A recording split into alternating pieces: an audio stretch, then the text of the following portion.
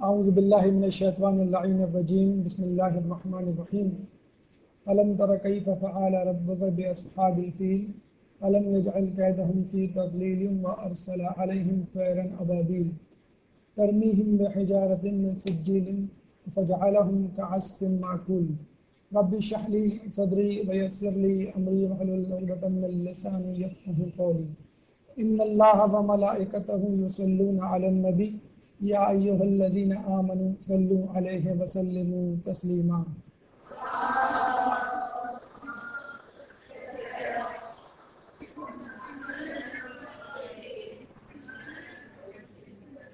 پیغام سورہ فیل کے حوالے سے ہماری ایک نشست پچھلے ہفتے آپ کے سامنے ہوئی تھی، اور اب آج سورہ فیل کی دوسری اور آخری نشست انشاءاللہ آپ کے سامنے پیش کی جا رہی ہے۔ جو مراحل ہم اب تک طے کر چکے ہیں ان کا اعادہ اور پھر اپنے مضمون کی طرف چلتے ہیں۔ سب سے پہلے سورہ فیل کا تعارف کروایا گیا، اور اس کے بعد سورہ فیل کے حوالے سے جو فضیلتیں وارد ہوئی ہیں روایات میں وہ آپ کے سامنے پیش کی گئیں۔ شان نزول کہ حضرت ابو طالب علیہ السلام کے سوال کے ضمن میں یہ سورہ نازل ہوئی، اور اس سوال کے ضمن میں قریش کے قبیلوں نے جن تحفظات کا اظہار کیا، ان تحفظات کو اللہ تعالیٰ نے اس سورہ کو نازل کر کے رفع کرنے کی کوشش کی۔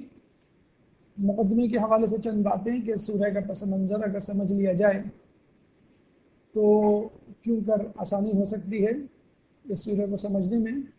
اس کے بعد سورہ کی آیات کی مختصر تشریحات، اور غالباً ہم 34 آیات پر پہنچے تھے پچھلے درس میں، اور اس کے بعد انشاءاللہ ہم چلیں گے اس سورہ کے پیغامات کی طرف، اور آخر میں کلام آخر۔ جیسے کہ ہم نے آپ کو بتلایا تھا کہ چوتھی سورہ، غالباً یہ چوتھی آیت آپ کے سامنے پیش کی گئی تھی کہ ترمیہم بحجارۃ من سجیل، کیا تم نے نہیں دیکھا کہ خدا نے ہاتھی والوں کے ساتھ کیا کیا؟ کیا ان کے داؤ کو، منصوبے کو خاک میں نہیں ملا دیا؟ اور ان کے اوپر جھنڈ کے جھنڈ، گروہ کے گروہ پرندے بھیجے، ابابیل بھیجی۔ اس کے بعد اللہ فرما رہا ہے جو ان کے اوپر چھوٹی چھوٹی کنکریاں برسا رہے تھے، جو ان کے اوپر کنکریاں برسا رہے تھے۔ چنانچہ یہ واقعہ تو تفصیل کے ساتھ واقعات میں تاریخ میں درج ہے، اور کسی حد تک آپ کے سامنے پیش بھی کیا گیا۔ تھوڑا سا حصہ شاید آج بھی پیش کیا جائے، ورنہ آج جو گفتگو اس حوالے سے ہوگی، جو اشکالات آج کل کی نسل کے ذہن میں ابھرتے ہیں،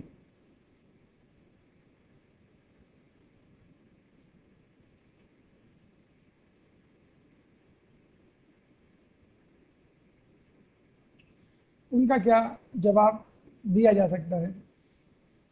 ترمیہم بحجارۃ من سجیل کے حوالے سے جو ان کے اوپر چھوٹی چھوٹی کنکریاں برسا رہے تھے، اب یہاں اس دور کے مسلمان، اس دور کے انسان، خصوصی طور پہ وہ لوگ جن کا تعلق اسلام سے نہیں، خصوصی طور پہ وہ لوگ جو مغربی معاشرے میں پلے بڑے ہیں، کہ اتنی چھوٹی سی کنکری نے کس طرح اتنے بڑے لشکر کو ہلاک کر دیا۔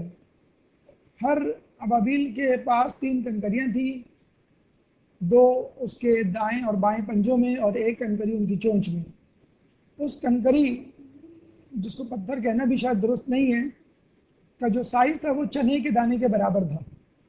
اب چنے کے دانے کے برابر جو چیز ہوتی ہے وہ اس کو پتھر نہیں بلکہ کنکری کہا جاتا ہے۔ نوعیت کیا تھی؟ مٹی کا پتھر، یعنی حقیقت میں وہ پتھر بھی نہیں تھا۔ پتھر ایک سخت شے کو کہتے ہیں۔ آپ اگر چکنی مٹی لے لیں اور اس کو سکھا دیں، اور خشک ہونے کے بعد جو وہ ایک چھوٹی سی گولی یا چنے کے دانے کے برابر جو شکل اختیار کر جائے گی، بس وہی کنکریاں تھیں، اسی سائز کی، اسی والیوم کی، اسی ویٹ کی، اور مٹیریل بھی گویا پتھر جیسا، مٹی جیسا. تو مٹی کی کنکریاں پتھر کی بھی نہیں اور سائز بھی بہت چھوٹا. تو اس ضمن میں یہ بات انسان کے ذہن میں آتی ہے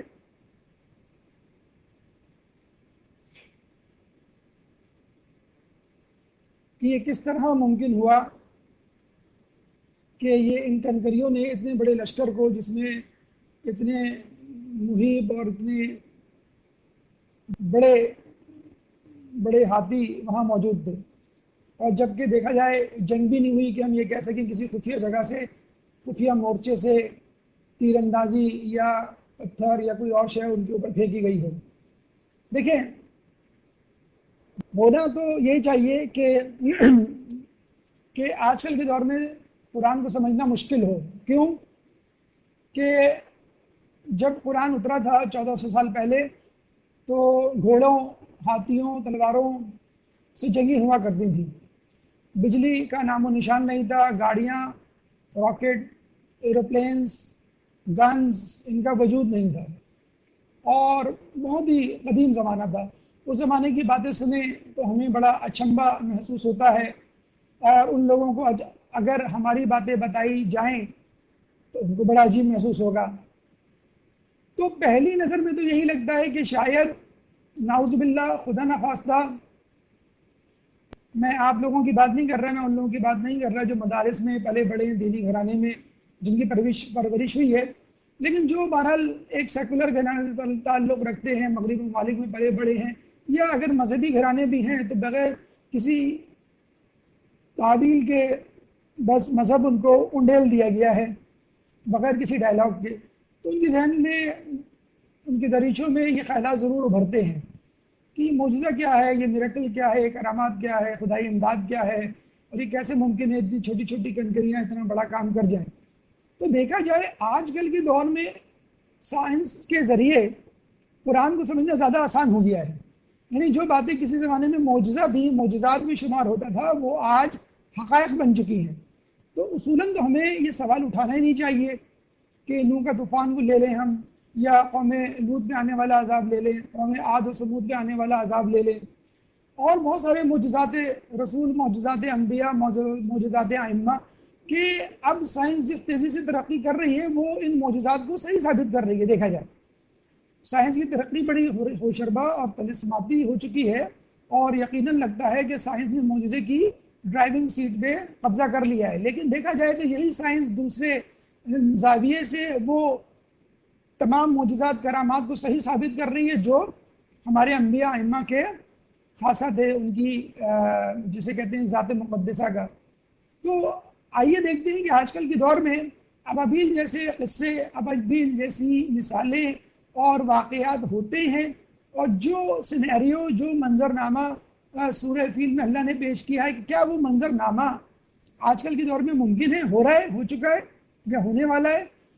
اور اگر ایسا ہے تو پھر ہمیں کسی بغیر حیل و حجت کے یہ قبول کر لینا چاہیے کہ جب آج یہ کام ہو سکتا ہے، ایک انسان یہ کام کر سکتا ہے، مخلوق خدا یہ کام کر سکتا ہے، تو پھر جو خدا ہے، مخلوق کا بنانے والا، وہ یہ کام کیوں نہیں کر سکتا؟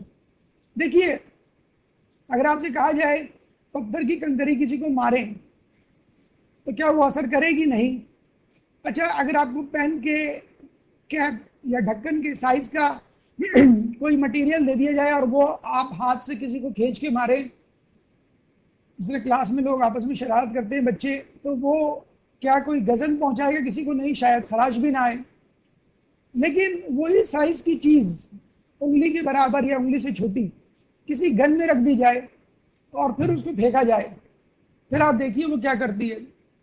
اگر اس گن کو، جو شاید 2-3 کلو کی ہو، 5 کلو کی ہو، اس گن کو بھی کسی کے سر پہ مارا جائے، جس کو کہتے ہیں نا کہ بٹ مار کے زخمی کر دیا، تو زیادہ سے زیادہ سر زخمی ہوگا، وہ مرے گا نہیں انسان. تو گولی بحیثیت خود فی نفسہ ہی اکیلے کسی کو نہیں مار سکتی، گن بنفسہ ہی خود اکیلے کسی کو نہیں مار سکتی، لیکن ان دونوں کا کمبینیشن مار سکتا ہے. تو جب ایک انسان کی بنائی ہوئی گن ایک چھوٹی سی چیز انگلی کے برابر شے کو اتنی متحرک کر سکتی ہے کہ جب وہ کسی کے جسم کو لگے تو اس کو چیرتی بھی نکل جائے اور اس کی موت کا سبب بنے. تو کیا خدا کے پاس اتنی طاقت و قدرت نہیں جو انسان کا بنانے والا ہے؟ جس انسان نے گن بنائی، مشین گن بنائی، اسلحہ بنایا، کیا خدا کے پاس ایسی طاقت نہیں کہ وہ ابابیلوں کو ایسا پتھر دے یا ایسی طاقت دے جو اس کو اتنی اسپیڈ اور اتنی رفتار سے پھینکیں گے جس کو لگے اس کو چیرتا ہوا نکل جائے؟ تاریخی واقعات آپ پڑھیں تو آپ کو معلوم ہوگا کہ لفظ یہی لکھا ہوا ہے کہ کنکری جس کے سر پہ پڑتی اس کے جسم کو چیرتی بھی نکل جاتی. اور گولی کے بارے میں اگر آپ پڑھیں میڈیکل لیگل رپورٹ تو اس میں اسی طرح کے الفاظ استعمال ہوتے ہیں، پیئرسنگ تھرو دا باڈی، کہ چیرتی بھی نکل گئی گولی. ابابیل نے کیسے لوکیٹ کیا اپنے ہدف کو، ٹارگٹ کو ہٹ کیسے کیا؟ وہ لوگ جو ایسے ملک میں رہتے ہیں جہاں آئے دن ڈرون اٹیکس ہوتے ہیں، ان لوگوں کے لیے تو چندہ مشکل نہیں، شاید کسی اور ملک کے لیے مشکل ہو. ڈرون طیارہ کیا ہوتا ہے، ڈرون اٹیکس کیا ہوتے ہیں، لاکھوں لوگ، ہزاروں لوگ اس کے لقمہ اجل بن چکے ہیں اور متاثرین ہیں. تو جس طرح ایک ڈرون طیارہ لوکیٹ کر سکتا ہے 4 کلومیٹر کے ریڈیس میں اپنے ہدف کو اور ہٹ کر سکتا ہے، تو کیا اللہ تعالیٰ ابابیل کو اس طرح کی طاقت نہیں دے سکتا کہ وہ 4 کلومیٹر کے ریڈیس میں لوکیٹ کریں اپنے ہدف کو، اپنے دشمن کو، اور اتنی زور سے ہٹ کرے ایگزیکٹلی کہ وہ اسی نشانے پہ جا کے لگے. اب تو ایسی فیسلٹیز آ گئی ہیں کہ جب وہ میزائل چھوڑتے ہیں یا ڈرون اٹیک کرتے ہیں تو وہ طیارہ یا وہ میزائل اپنے ہدف پر جاتا ہے، اور کسی طرح اگر وہ ہدف غائب ہو جائے تو وہ طیارہ یا وہ میزائل واپس آ جاتا ہے، ہٹ نہیں کرتا. تو جب اتنی ایکوریسی آج کل کے سائنٹیفک ویپنز میں آ سکتی ہے تو اس زمانے کے پرندوں میں اللہ تعالیٰ کیوں نہیں پیدا کر سکتا؟ چھوٹا سا بڑا اگر سائز کر دیں آپ گولی کا تو گرینیڈ بن جاتا ہے، جس کی ہم پن نکالتے ہیں اور پھینکتے ہیں تو ایک دھماکہ ہوتا ہے، 2-4 افراد بڑے آرام سے مر سکتے ہیں. تو کیا وہ کنکریاں گرینیڈ کے طریقے کی نہیں ہو سکتی؟ اب آپ یہ کہیں کہ بھئی اگر گولی کو اسپیڈ سے پھینکا جائے تو شاید مر جائے، لیکن اسپیڈ سے نہ پھینکا جائے، جسٹ 4 منزلہ 10 منزلہ کی عمارت سے چھوڑ دیا جائے کنکری کو تو پھر شاید نہیں مرے گا کوئی. لیکن کیا گرینیڈ کو 10 منزلہ 4 منزلہ عمارت سے چھوڑ دیا جائے فقط اور اسپیڈ سے نہ چھوڑا جائے تو کیا وہ لوگوں کو نہیں مار سکتا؟ تو اہم ممکن ہے کہ ان پتھر کنکریوں میں گرینیڈ جیسی طاقت اللہ تعالیٰ نے رکھ دی ہو جو اپنے ہدف کو بآسانی مار سکتی ہوں اگر ان کو اسپیڈ سے نہ بھی چھوڑا جائے. پھر آج کل کے سائنسدانوں نے اس سے آگے چل کر میزائل بنا لیے جو چند ہزار گز تو کیا بین البر اعظمی انٹر کانٹیننٹل ٹارگیٹس اچیو کر سکتے ہیں. یعنی ایشیا سے چھوڑا جائے تو وہ امریکہ کو جا کے لگے. ایران نے ایک ایسا میزائل بنا لیا ہے جو اسرائیل اور امریکہ کی رینج کو کور کر سکتا ہے. تو جب آج ایسے میزائل بنائے جا سکتے ہیں جو ہزاروں میل دور، سمندر پار دور کہہ لیجئے، اپنے ٹارگٹس کو اچیو کر سکتے ہیں، تو اللہ تعالیٰ کیا کوئی ایسی کنکریاں نہیں بنا سکتا، ابابیل کو ایسی ٹیکنالوجی سے لیس نہیں کر سکتا کہ وہ ہزاروں میل دور جا کر ان کو ٹارگٹ بنائیں؟ بہت بڑی بات کر لیں یا آخری بات کر لیں تو ایٹم بم، گویا کہ بہت بڑے سائز کا ایٹم بم ہے، گولی سے کہیں بڑا، میزائل سے کہیں بڑا، گرینیڈ سے کہیں زیادہ چوڑا، لیکن اس جیسے 5 ایٹم بم پوری دنیا کو ختم کرنے کی صلاحیت رکھتے ہیں. یعنی یہ ایٹم بم آپ کے ملک یا کسی کے بھی ملک کو اجاڑنے کی پوری مکمل صلاحیت رکھتے ہیں. اگر اسی سائز کا پتھر کہیں گرایا جائے تو ہو سکتا ہے ایک مکان تباہ ہو، 4-5 لوگ مارے جائیں، 2-4 افراد زخمی ہوں. لیکن اسی سائز کا ایٹم بم اگر کہیں گرایا جائے تو وہ ہزاروں لاکھوں لوگوں کو لقمہ اجل بنا سکتا ہے، اور ایسا ہو چکا ہے. ہیروشیما ناگاساکی کی مثالیں ہمارے سامنے ہیں. تو جب انسان خدا کی پیدا کی ہوئی مخلوق یہ کام کر سکتی ہے تو خدا خود یہ کام کیوں نہیں کر سکتا؟ پھر اللہ فرماتا ہے 4 آیت میں، 5ویں آیت میں، فَجَعَلَهُمْ كَعَصْفٍ مَّأْكُولٍ، بس بنا دیا ان کو کیسا؟ کھائے ہوئے بھوسے کی طرح، کھائے ہوئے بھوسے کی مانند. یعنی ان کو مارا نہیں، ان کو زخمی نہیں کیا، بلکہ اس سے بھی آگے کی بات ہوئی ہے. اتنا شدید طریقے سے ان کو ذبح کیا گیا، ان کے چیتڑے اڑائے گئے، ان کو جسے کہتے ہیں کہ ریزہ ریزہ کیا گیا کہ جب وہ زمین پہ پڑے ہوئے تھے تو ایسا لگ رہا تھا کسی جانور نے بھوسا کھا کر تھوک دیا ہو۔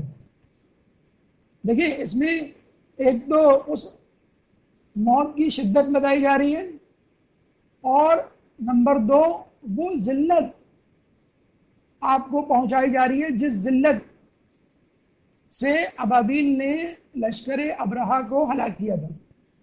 فقط مارنا قتل کرنا یہ بات نہیں ہے، بلکہ جس ذلت سے ان کو رسوا کر کے مارا گیا اس کی بات ہو رہی ہے۔ اچھا، کھایا ہوا بھوسا یہ بھی نہیں کہا کہ کھایا ہوا چاول، کھایا ہوا گندم یہ انسان کھاتا ہے۔ ہو سکتا ہے کھایا ہوا چاول، کھایا ہوا بھوسا، وہ کھایا ہوا چاول، کھایا ہوا گندم دیکھ کے آپ کو کراہیت نہ آئے، لیکن کھایا ہوا بھوسا دیکھ کے بہت ہی کراہیت آئے گی، اس کی تو کوئی حقیقت ہی نہیں ہے۔ ہم پان کھا کے تھوک دیتے ہیں تو دوسرا جو ہے اپنا منہ پھیر لیتا ہے، ہم الٹی کر دیں تو سامنے جتنے بھی لوگ ہوتے ہیں فوراً اٹھ کے جانے لگتے ہیں۔ تو یہ وہ چیزیں جو انسان اپنے پیٹ میں لیتا ہے اور جب نکالتا ہے تو اسے کراہیت آتی ہے، اور وہ چیز جو جانور اپنے پیٹ سے نکالے اس سے انسانوں کتنی کراہیت آئے گی، کتنی بے وقت چیز ہوگی، کتنی کمتر، کتنی حقیر شے ہوگی وہ چیز کہ جس کو جانور کھا کے نکال دے۔ کعصف معقول، کاف عربی میں شباہت جیسے مثلا کے لیے استعمال ہوتا ہے، لائک دیٹ۔ عصف کہتے ہیں خزاں کے پتے، گندم کا چھلکا یا گھاس کو۔ ابھی بقرعید کی آمد ہے، آپ دیکھیں گے جگہ جگہ یہ گھاس پھوس اور بھوسا جانور کا چارہ آپ کو نظر آئے گا۔ جہاں سے آپ گزریں گے آپ اپنی ناک بند کرتے ہوئے اور چہرے کو دوسری طرف موڑ کر گزر جائیں گے۔ تو اتنی حقارت آمیز، اہانت آمیز موت تھی کہ جو ان کے پاس سے گزرتا وہ اپنا منہ پھیر لیتا، ناک بند کر لیتا۔ کہ کتنی توہین اللہ تعالیٰ نے ابرہہ کے لشکر کی جو آ رہا تھا نعوذ باللہ کعبے کی توہین کرنے۔ اچھا، یہ بھی اتفاق کی بات ہے، یہ جو آپ کا ہاتھی ہے، معقول کا مطلب ہے کھایا ہوا، درمیان دانتوں کے درمیان پسا ہوا یا پسنا، میدے میں 100 بار پسنا یا میدے میں پسا ہوا، یعنی ایسی چیز جو مکمل طور پہ تباہ و برباد ہو چکی ہے۔ ہم اکثر غصے میں کہتے ہیں نا کہ بھائی جی چاہ رہا ہے تمہیں کچا چبا جاؤں، ہم کہتے ہیں اکثر تو چبا جاؤں پھر کچا چبا جاؤں، تو یہ کیا ہے؟ غصے کا اظہار ہے، اور دوسرے کو ایک حقارت آمیز پیغام پہنچانا کہ تمہاری حیثیت میرے نزدیک ایسی ہے کہ میں تمہیں کچا چبا جاؤں جی چاہ رہا ہوں۔ تو کسی کو کچا چبانے کا مطلب ہے اس کو تہس نہس اس طرح تہ و بالا کر دیا جائے کہ اس کی کوئی حقیقت نہیں ہے۔ اچھا، اتفاق کی بات یہ ہے کہ ہاتھی جو ہے وہ ہربی وورس اینیمل ہے، یعنی سبزی پر پلتا ہے، نباتات کو کھاتا ہے، اور ہمارے یہاں یہ کانسیپٹ ہے کہ جب تک گوشت نہ کھاؤ موٹے تازے نہیں ہوتے۔ تو اپنے بچوں کو بتائیں جو سبزی سے پرہیز کرتے ہیں، پیزا بھی کھلا دیا جائے تو پیزا میں موجود ٹماٹر اور وہ شملہ مرچ اور وہ پیاز جو نکال کے ایک طرف رکھ دیتے ہیں، بیگن آلو کی ترکاری پکائی جائے، لوکی کی، وہ تو دور سے دیکھ کے بھاگ جاتے ہیں۔ تو ان کو بتائیں کہ جو ہاتھی ہے جو 10,000 کلو تک کا ہو سکتا ہے، یہ جو ہاتھی ہے جس کے 40,000 مسلز ہوتے ہیں۔ انسان کے اندر کتنے مسلز ہوتے ہیں؟ 600۔ ہاتھی کے اندر کتنے مسلز ہوتے ہیں؟ 40,000۔ کس پر یہ مسلز پل رہے ہیں؟ گوشت پہ نہیں۔ وہ تو شکر کریں ہاتھی گوشت کھانے والا نہیں ہے، اگر ہوتا اور اس کو منہ کو لگ جاتا انسان کا گوشت تو وہ ایک دن انچولی، ملیر، پیسیچز، کلفٹن، سولجر بازار، کھرادر میں گزارتا اور ایک کی آبادی جو ہے وہ آدھی رہ جاتی۔ تو شکر کریں کہ اللہ تعالیٰ نے، یہ بھی دیکھیے عجیب کمبینیشن ہے۔ ہم یہاں سمجھتے ہیں کہ پروٹین ڈائٹ، ہم یہاں یہ سمجھتے ہیں کہ ہیوی میٹ ڈائٹ یا فش یا ملک، اس طرح کی چیزیں انسان کو طاقتور بنائیں گے۔ دیکھیں سبزی اور بھوسے کی کیا حقیقت ہے، وہ کھا کے۔ تو اب آپ دیکھیں کتنی عجیب بات ہے کہ اللہ تشبیہ بھی بھوسے کی دے رہا ہے۔ کس بھوسے کی؟ جس کو ہاتھی کھاتا ہے۔ یعنی جن ہاتھیوں کو تم لے کر آئے تھے اپنا روب و دبدبہ دکھانے کے لیے، ان ہاتھیوں کی فوج کو ہم نے وہ کر دکھایا کہ جیسے ہاتھی کا کھایا ہوا یا اگلا ہوا بھوسا۔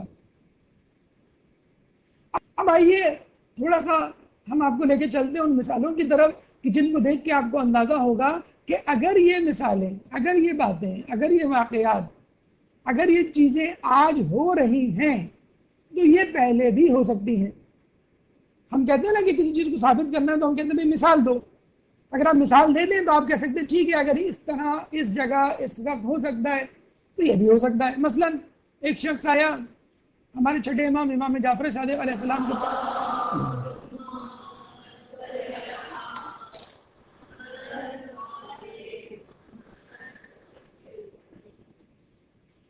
کہنے لگا کہ جنت میں بڑی عجیب و غریب نہروں کا تذکرہ ہے کہ سن کر نعوذ باللہ ہنسی آتی ہے اور دماغ جو ہے قبول کرنے کے لیے تیار نہیں ہوتا. امام نے کہا کیا؟ انہوں نے کہا ایسی نہریں ہوں گی کہ جس میں دودھ بھی ہوگا، شہد بھی ہوگا، پانی بھی ہوگا اور فلاں فلاں فلاں چیزیں بھی ہوں گی، اور یہ مایا جات یا دو مائع جو ہیں وہ نہر میں ملیں گے نہیں. یہ کیسی بات ہے؟ کوئی مثال دیں آپ دنیا میں تو میں اس پہ یقین کروں. تو امام نے کہا تو نے کبھی انڈے کی اندر کی سفیدی اور زردی دیکھی ہے؟ دونوں الگ الگ مزاج، الگ الگ طبیعت، الگ الگ ڈینسٹی، کثافت، کمیت رکھتے ہیں، الگ رنگ رکھتے ہیں، اور دیکھیں آپ کتنا ہلا لیں انڈے کو اب وہ زردی اور سفیدی آپس میں نہیں مل پاتے. تو اگر مثالیں مل جاتی ہیں ہمیں ابابیل کے لشکروں کی جیسی، ابابیل کی کنکریوں جیسی، یا اس طرح کی اموات کی تباہی و بربادی کی، تو ٹھیک ہے ہم اگر آج ہو سکتا ہے تو کل بھی ہو سکتا ہوگا کی بنیاد پر یقین کر لیں گے. دیکھیں آج کل سائنسدان ایسی ہتھیار بنا رہے ہیں کہ جن کے لیے آپ کو گیس ماسک بھی پہننا پڑے گا. کیوں؟ ان ہتھیاروں کے اندر گیس چھپی بھی ہوتی ہے. چھوٹی چھوٹی گولیوں، چھوٹے چھوٹے بموں کی صورت میں جب یہ کسی جگہ برسائے جاتے ہیں تو یہ پھٹتے ہیں. پھٹنے کے بعد آپ نے دیکھا ہوگا کراچی یا اور جگہوں پہ پولیس جو ہے ہماری شیلنگ کرتی ہے، ٹیئر گیس پھینکتی ہے. تو وہ گیس کا جو کین ہوتا ہے اس سے نہیں لوگوں کو نقصان پہنچتا، بلکہ جو گیس نکلتی ہے جو آنکھوں میں جلن کرتی ہے، کنجکٹیوائٹس کرتی ہے، اس سے انسان پریشان اور نقصان ہوتا ہے اس کو. تو ایسی گیسیں بنائی جا رہی ہیں کہ جو انسان اگر اپنی سانس میں اندر لے تو وہ مر جائے گا. کیا ہو جائے گا اس کو؟ مثلا اس کو ٹیٹنس جیسی بیماری ہو جائے گی، اس میں مسل کانٹرکشن اتنی پاورفل ہوتی ہے کہ گلے کے مسلس آپ کی سانس کی نالی کو بلاک کر دیتے ہیں. کسی کو پلیگ ہو جائے گا، اس سے اس کی ہلاکت ہو سکتی ہے. اس کو جو کسی کو ایپیلیپٹک اٹیک شروع ہو جائیں گے، اس سے اس کو ہلاکت ہو سکتی ہے. تو اتنی زیادہ مسٹرڈ گیس ایک زمانے میں بڑی عام تھی اور اب بھی بنائی جاتی ہے. مسٹرڈ گیس کے جس کو انہیل کر کے انسان مر سکتا ہے اگر وہ ماسک نہ پہنا ہوا ہو اور فوری طور پہ اس کو طبی امداد نہ دی جائے. تو محاذ جنگ پر جو آپ کو دھواں نظر آ رہا ہے وہ دھواں نہیں بلکہ دھول نہیں بلکہ دھواں ہے. یہ مٹی کی دھول نہیں ہے بلکہ وہ دھواں ہے جو ان گیس، ان گولیوں سے نکلا گیا ہے جو طیاروں سے یا میزائلوں سے داغے گئے ہیں، جس سے پوری فضا جو ہے ایک ایسی گیس سے بھر جاتی ہے جن کو انہیل کرنے والا، اپنے اندر لینے والا اسی وقت ہلاک ہو جاتا ہے. تو میدان جنگ پورا ایک کچن کا جیسے کہتے ہیں سما بن جاتا ہے جہاں ہر وقت ہر جگہ دھواں دھواں آپ کو نظر آئے. اور ایسے میں آپ کو اپنے دشمن کو گولی مارنے، بم مارنے یا ہاتھ لگانے کی بھی ضرورت نہیں. وہ فقط اس گیس کو انہیل کرے گا جو اس کی مجبوری ہے. ہوا تو سب لیتے ہیں سانس میں، اس ہوا میں اگر وہ گیس، مسٹرڈ گیس موجود ہے، وہ انہیل کرے گا. پاورفل کنٹرکشن آف دا مسلز کی وجہ سے اس کا وہیں پر علاقہ میں ہو جائے گا. جسے کہتے ہیں نا کہ دامن پہ کوئی چھینٹ نہ ہاتھوں پہ کوئی داغ، تم قتل کرے ہو کہ کرامات کرے ہو. تو محاذ جنگ میں ایسا کچھ بھی ہو سکتا ہے کہ دشمن کو ہاتھ لگائے بغیر، چھوئے بغیر، صرف کنکھیوں سے آپ دیکھ لیں اور دشمن جو ہے وہ قتل ہو جائے اور زمین پر گر جائے. تو اچھا آپ یہ سوچ رہے ہیں کہ یہ چیزیں اب آئیں گی؟ جی نہیں، یہ چیزیں گزر چکی ہیں. ورلڈ وار 1 1914 کی بات ہو رہی ہے. ورلڈ وار 1 1914 سے لے کے 1918 تک ایسے ہتھیار استعمال ہوئے تھے. جسے کہتے ہیں نا کہ یاد ماضی خراب ہے یارب، چھین لے مجھ سے حافظہ میرا. عذاب جو ہے خراب بھی ہے ہماری جسے کہتے ہیں کہ پرانی یادیں. اور آپ یہ سوچ رہے ہوں گے کہ یہ تو شاید آپ نے اس ڈکٹیٹر کا خواب بتایا ہوگا جس کو صدام کہا جاتا تھا، جس نے کیمیکل ویپنز بنائے تھے اور کیمیکل ویپنز کی وجہ سے امریکہ وہاں پہ کودا تھا اور پھر کچھ نہیں ملا تھا، پتہ نہیں ملا ہوگا. جی نہیں، یہ 1914 میں کیمیکل ویپنز امریکہ نے یوز کیے ہیں، کر چکا ہے امریکہ. یہ چیزیں ہو چکی ہیں، یعنی کہ یہ فیوچر کا جو ہے وہ خواب ہو، وہ خواب بھی موجود ہے ایک الگ بیولوجیکل ویپن کی صورت میں، اس کی تفصیل ابھی آگے آئے گی۔ بہرحال memories of the world war, یہ جیکسن مارشل کی پوری کتاب ہے اس بات پر کہ ساؤتھ کیرولینا میں کس طرح امریکن آرمی جو ہے وہ اس طرح کے ڈریس پہن کر، جیسے لگتا ہے کوئی سرجن جو ہے وہ سرجری کرنے جا رہا ہے، اس طرح کے ڈریس پہن کے محاذ جنگ پہ جایا کرتے تھے اور کیمیکل ویپنز یوز کرتے تھے اور اپنے دشمنوں کو کیمیکل گیسز کے ذریعے، مسٹرڈ گیسز کے ذریعے ہلاک کیا کرتے تھے۔ اور اس کے بعد جو لوگ بچے، ان کے اندر جو جینیٹک چینجز آئیں بون میرو اور ان کے کروموسومز میں، جس کی وجہ سے ان کے ہاں ایب نارمل ولادتیں ہوئیں، ان کے بچے ایسے پیدا ہوئے۔ یہ بچے میدان جنگ کے مارے ہوئے بچے نہیں ہیں، متاثرہ بچے نہیں ہیں، یہ ان لوگوں کی اولادیں ہیں جو اس جنگ میں کہہ لیجئے کہ زندہ لوٹ کے آ گئے تھے مگر بیماریوں کے ساتھ۔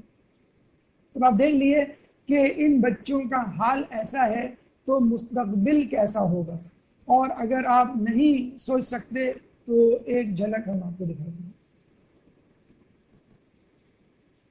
تو جب انسان اپنے ہاتھ کے بنائے ہوئے ہتھیاروں سے لوگوں کی یہ درگت بنا سکتا ہے کہ وہ کھایا ہوا بھوس لگیں یا بھوت لگیں، تو ابرہہ کا لشکر کس طرح کا، جسے کہتے ہیں کہ منظرنامہ پیش کر رہا ہوگا۔ یہ جو آپ کو چیزیں، تصویریں یا امیجز دکھائے گئے، وہ پرانے زمانے کی 1940 کی، جس کو دیکھ کے انسان کہتا ہے کہ آنکھیں جو کچھ دیکھتی ہیں لب پہ آ سکتا نہیں، محو حیرت ہوں کہ دنیا کیا سے کیا ہو جائے گی۔ جی ہاں، اگر آپ ایک آنکھ سے دیکھیں گے، دجال کی آنکھ سے نظارہ کریں گے دنیا کو، تو یہی ہوگا۔ کیا ہوگا کہ آپ ایک سیلفش اپروچ رکھیں گے، ایک خود غرض سوچ رکھیں گے اور اپنے مفاد کے لیے کوئی دقیقہ فروغ نہیں کریں گے، کسی کو کسی طرح کا نقصان پہنچانے کا کوئی بھی، جسے کہتے ہیں کہ ذریعہ سبب ہاتھ سے نہیں جانے دیں گے، موقع ہاتھ سے نہیں جانے دیں گے۔ اور انسان نے بات یہاں تک نہیں کی ہے، اب باتیں ہو رہی ہیں بایولوجیکل ویپنز کی۔ اب تک کی بات یہ ہوئی تھی کہ ہم کیمیکلز یوز کریں گے، ہم گیسز یوز کریں گے، ہم ایسی گیسز یوز کریں گے جن کو انہیل کر کے انسان مر جائے گا۔ نہیں، اب بات ہو رہی ہے جراثیموں کی، اب بات ہو رہی ہے وائرسز کی، اب بات ہو رہی ہے پریونز پارٹیکلز کی۔ ایسے اینیملز، ایسے وائرس، ایسے بیکٹیریا اب یوز کیے جائیں گے جو بومز میں یا گولیوں میں استعمال کیے جائیں گے، جب وہ پھٹیں گے تو انسان نہیں مریں گے، بلکہ چلتی پھرتی لاش میں تبدیل ہو جائیں گے۔ کسی کو چکن پاکس ہو جائے گا، کسی کو اسمال پاکس ہو جائے گا، کسی کو ایپیلیپسی ہو جائے گی، کسی کو ٹیٹنس ہو جائے گا، کسی کو پلیگ ہو جائے گا۔ مطلب جو محیط بیماری، کینسر، ایڈز آپ سوچ سکتے ہیں، جس کو سوچ کے آدمی کانپتا ہے، وہ بیماری انسانوں کو ہو جائے گی۔ چلتا پھرتا مریض اور پورا شہر ہسپتال۔ آپ کے آفیسز، آپ کے گھر، آپ کی فیکٹریز ایز اٹ از رہیں گی، ان کو کوئی نقصان نہیں ہوگا۔ اصل اہمیت تو انسان کی مادے کی ہے نا، انسان کی تھوڑی اہمیت ہے۔ اور دشمن آ کے آپ کی فیکٹریز، آپ کے آفیسز، آپ کے گھروں، آپ کے ایسٹس پہ قبضہ کر لے گا اور آپ کو چلتا کرے گا۔ یہ ہیں بایولوجیکل ویپنز جو آئندہ آنے والے ہیں۔ کس طرح ایک آئندہ آنے والا ویپن ہو سکتا ہے ایک مصور کی نظر سے تھوڑی سی تبدیلی کے ساتھ، شاید یہ آئندہ وارد ہو جائیں۔ پہلے زمانے میں آپ نے سنا ہوگا کہ تلواروں کو زہر میں ڈبویا جاتا تھا۔ ہمارے ائمہ کے بارے میں ملتا ہے کہ یا تو تلوار سے شہید ہوئے یا زہر سے۔ مولا علی کے بارے میں ملتا ہے کہ ان کو تلوار اور زہر دونوں سے شہید کیا گیا۔ تو پہلے یہ ہوتا تھا کہ اگر تلوار کے وار سے کوئی شخص قتل نہ ہو سکا، نہ مر سکا، تو کم از کم اس کا زہر خراش کی جگہ سے جسم کے اندر صلاحیت تو کر جائے گا اور اس بہانے وہ مر جائے گا۔ آئندہ آنے والے ویپنز کچھ اس طرح کے ہوں گے کہ آپ گولی ماریں گے اور نکلے گا اس میں سے سانپ یا سانپ کا زہر زیادہ سے زیادہ۔ آپ گرینیڈ ماریں گے اور اس میں سے بھن بھناتی بھی مکھیاں نکلیں گی جو جراثیم لیوی ہوں گی اور جو بیماریوں کا سبب بنیں گی۔ آپ سمندر میں جائیں گے اور مچھلیوں کو، ویل مچھلی اور شارک کو بطور آبدوز استعمال کریں گے۔ لوگ سمجھیں گے شاید یہ بے ضرر مچھلی آ رہی ہے، تو پتہ چلے گا کہ اس میں پورا جو ہے آپ کا ویپنز کا ڈپو جو ہے وہ موجود ہے۔ سارس کو بھی آپ اس مقصد کے لیے استعمال کر سکتے ہیں۔ آئندہ ہمارے دن میں چھوٹے چھوٹے میزائل اس میں فٹ کر دیے جائیں اور کراچی سے اگر گزارا جائے تو ہیلمٹ پہنا دیا جائے تاکہ کانسٹیبل چالان نہ کرے۔ اور پسو یعنی مائٹ کو بھی استعمال کیا جا سکتا ہے، جو جوں جیسا چھوٹا سا جانور ہے، کسی بھی طریقے سے کیمیکل ویپنز میں۔ اور جن لوگوں کو ٹڈے سے ڈر لگتا ہے وہ خود سوچ لیں کہ جب ٹڈے میں گرینیڈ فٹ کیا جائے گا تو کیا ہوگا۔ اچھا یہ باتیں ہو سکتا ہے ابھی آپ کو بڑی اچنبے کی لگیں، لیکن اس وقت جینیٹک انجینئرنگ نام کی ایک ٹیکنالوجی آ چکی ہے کہ جس میں انسانوں کے جسم کے اندر مشینیں فٹ کی جا رہی ہیں۔ آپ میں سے کچھ لوگ شاید یہاں موجود ہوں گے کہ جنہوں نے اپنے زمانے میں بایونک مین، بایونک وومین اس قسم کی موویز دیکھی ہوں گی، جس میں جو ہے وہ ہاتھ جو ہے مشین کا ہوا کرتا تھا اور یہ آنکھ جو ہے مشین کی ہوا کرتی تھی۔ تو انسانوں میں مشینیں لگنا شروع ہو گئی ہیں، تو ہو سکتا ہے آئندہ آنے والے دنوں میں جانوروں میں مشینیں لگ جائیں۔ پہلے کے کبوتر جو ہے وہ قاصد ہوا کرتے تھے، پیغامات لے کے جایا کرتے تھے، آج کل کے کبوتر یا ٹڈے جو ہیں وہ موت کا پیغام لے کر جائیں گے۔ بہرحال یہ وہ مثالیں تھیں اور مستقبل کا خاکہ تھا جس کے ذریعے یہ بتانا مقصود تھا کہ اگر ایسی باتیں، ایسی مثالیں، ایسے واقعات آج کل کے دور میں رونما ہو سکتے ہیں تو کچھ ممکن نہیں کہ یہ باتیں پہلے بھی ہو چکی ہوں۔ اب آئیے ہماری گفتگو کا سب سے اہم مرحلہ اور وہ ہے اس سورہ فیل کے پیغامات۔ ایک درود پڑھ دیجئے محمد والے محمد۔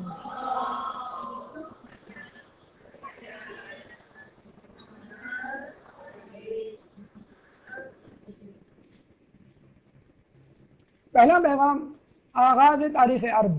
دیکھیں ہر ملک کو اپنا ماضی عزیز ہوتا ہے، ہر شخص کو اپنا ماضی اچھا لگتا ہے۔ آپ کا ماضی چاہے کسی کیچڑ میں گزرا ہو، آپ کا ماضی چاہے کسی گاؤں دیہات کی نالیوں میں گزرا ہو، آپ کا ماضی جو ہے کسی کچرے والی جگہ پہ گزرا ہو، لیکن ماضی جب یاد آتا ہے تو آدمی کے جسم میں ایک لہر سی دوڑ جاتی ہے اور کچھ دیر کے لیے اپنی ماضی میں کھو جاتا ہے۔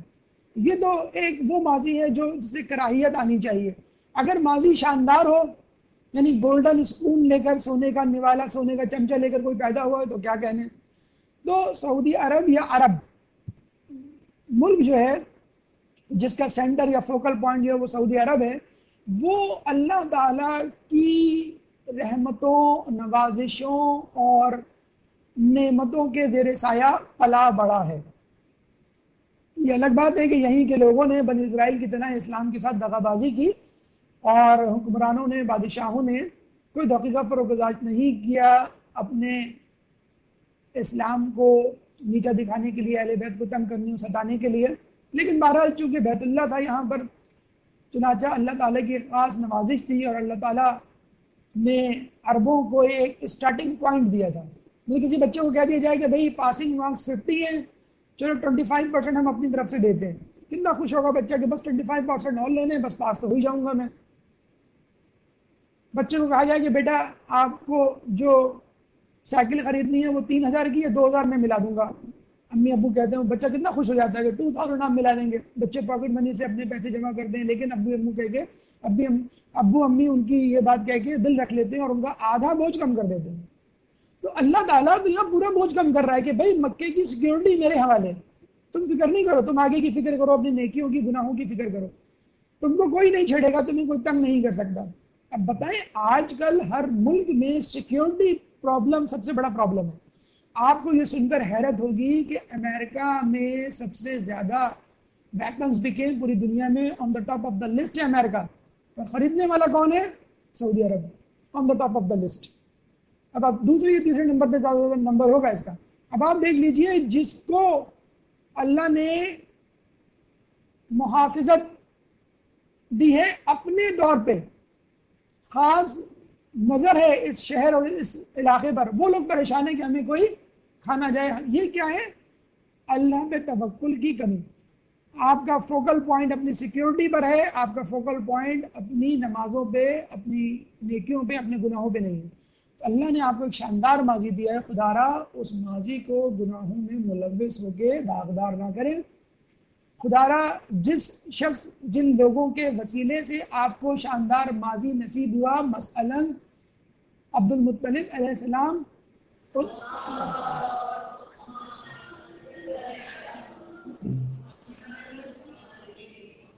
ان کی قبروں کو، ان کے مزاروں کو خدا را اس طرح نہ اجاڑیں، محبت کا ثبوت دیں۔ نفرت کرتے ہیں تو کم از کم اس کا ثبوت نہ دیں۔ کہتے ہیں کہ عام الحزن وہ سال ہے کہ جب رسول اللہ کی دو محبوب شخصیات اس دنیا سے کوچ کر گئی، جناب ابو طالب اور حضرت خدیجہ سلام اللہ علیہ۔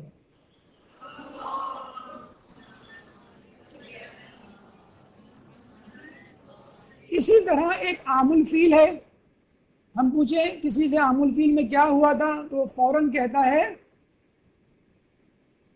اصحاب فیل کا واقعہ، حالانکہ عام الفیل میں تو اس سے بھی بڑا واقعہ ہوا تھا، اور وہ کیا تھا؟ رسول اللہ کی ولادت مبارک اسی سال۔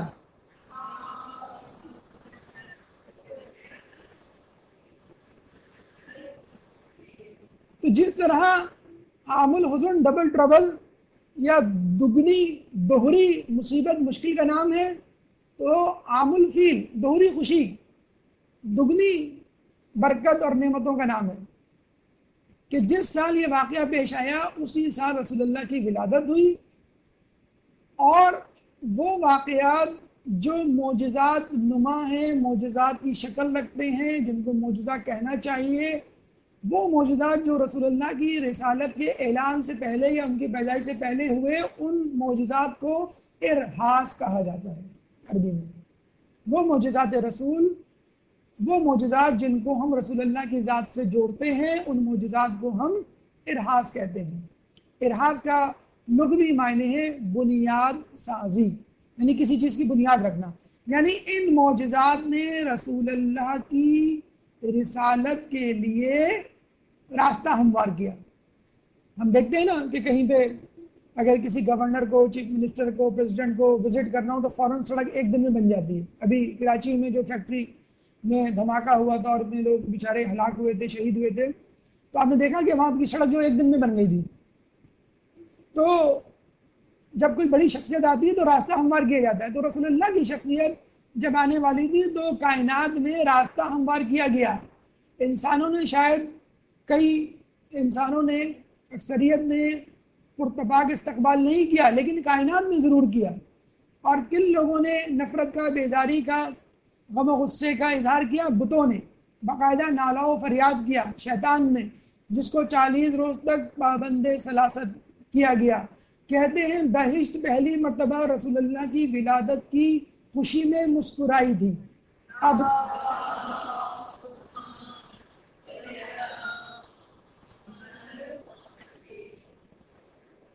اور اب تک مسکرا رہی ہے، قیامت تک مسکراتی رہے گی۔ کوثر، حوض کوثر کو ایسا جوش آیا، ایسا تلاطم پیدا ہوا کہ اس نے اپنی تہ سے 70,000 یاقوت کے محل اچھال کے کائنات پر نچھاور کر دیے۔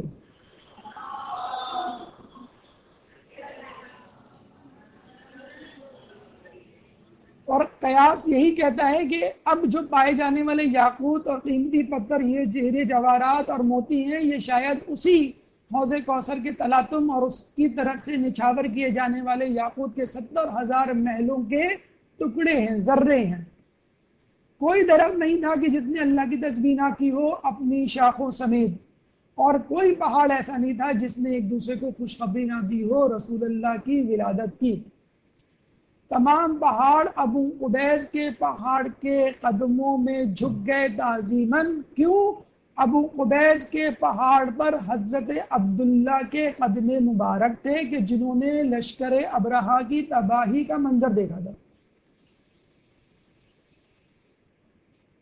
یہ وہ عظیم واقعہ تھا جو ہمارے نزدیک اصحاب فیل سے بھی بلند ترین، برترین واقعہ تھا۔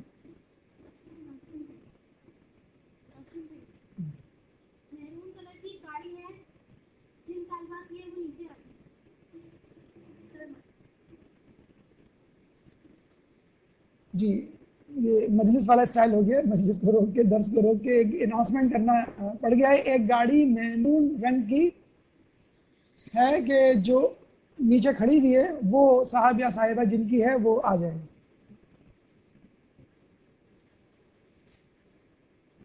مرگلہ گاڑی ہے غالباً وہ۔ ایک درود پڑھ دیں محمد والے محمد میں۔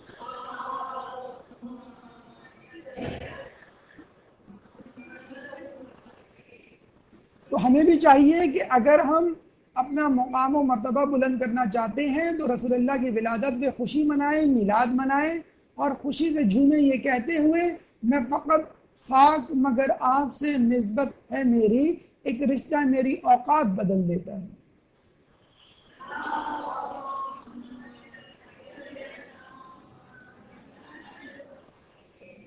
تو یہ تعلق ہے دامن اہل بیت سے جو ہمارا مقام بلند تر کر کیے دیتا ہے۔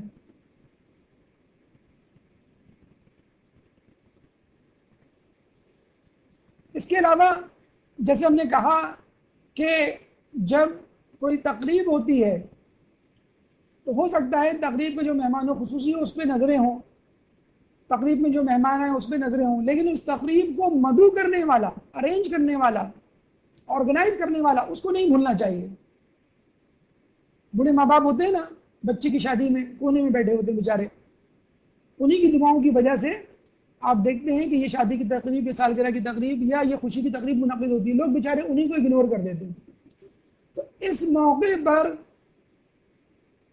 انبیاؤں کے باپ حضرت ابراہیم علیہ السلام کو اگنور نہیں کرنا چاہیے کہ جنہوں نے جو دعا کی تھی اس دعا کے وسیلے سے، قبولیت کی وجہ سے ہمیں یہ بہترین دن دیکھنا پڑا کہ ابرہہ کے لشکر کو تہس نہس ہونا پڑا۔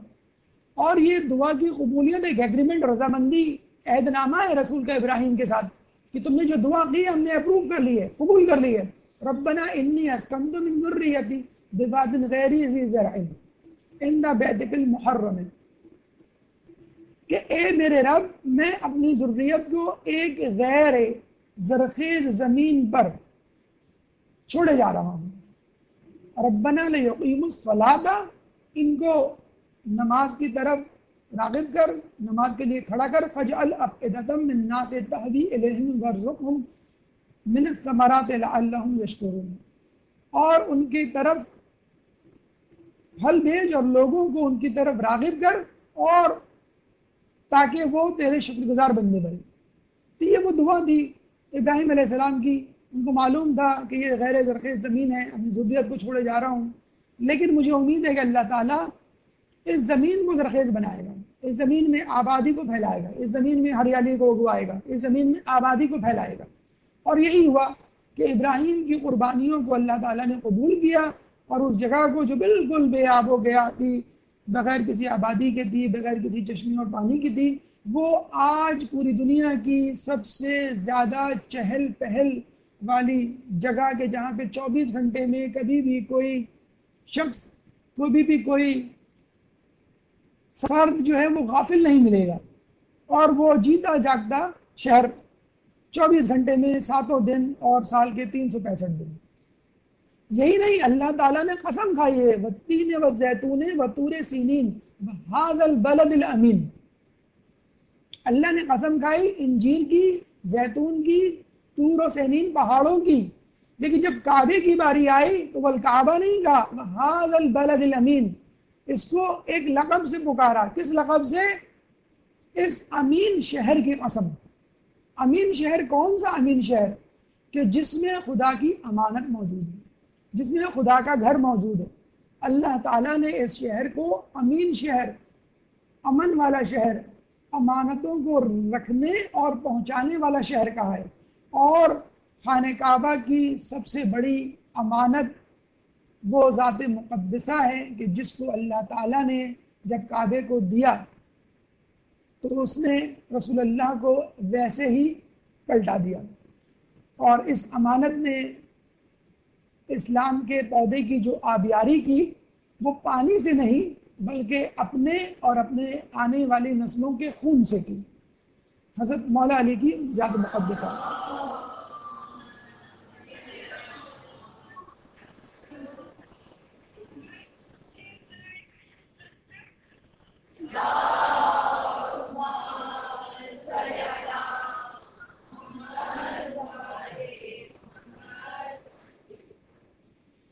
پانچواں میسج، پانچواں پیغام حضرت عبد المطلب کا وہ تاریخی جملہ کہ میں اونٹوں کا رب ہوں اور بیت اللہ کا بھی رب ہے، وہ اس کو سنبھال لے گا۔ انا رب الابل وان للبیت ربا سیمنعہ، کہ اگر میں اونٹوں کا رب ہوں، اچھا عربی میں جو رب ہے لفظ، اگر رب کے ساتھ کوئی مضاف الیہ ہو، یعنی اونٹوں کا رب، تو آپ رب لفظ بول سکتے ہیں، لیکن اگر صرف رب بولنا ہو تو اس کا مطلب پروردگار عالم، خدا کی ذات. تو رب کا مطلب ہوتا ہے والا. جیسے اردو میں ہم ترجمہ کریں بس والا، دکان والا، اس میں رب السیارہ آپ کہہ سکتے ہیں، رب البیت آپ کہہ سکتے ہیں، لیکن فقط رب نہیں کہہ سکتے، وہ اللہ کی ذات کے لیے مخصوص ہے. توکل علی اللہ، عبد المطلب کا جو توکل ہے وہ بڑا عجیب اور زاویے لیا ہوا ہے، حیران کن کہ شاید پہلی مرتبہ میں سمجھ میں بھی نہیں آتا یہ کیسا توکل ہے.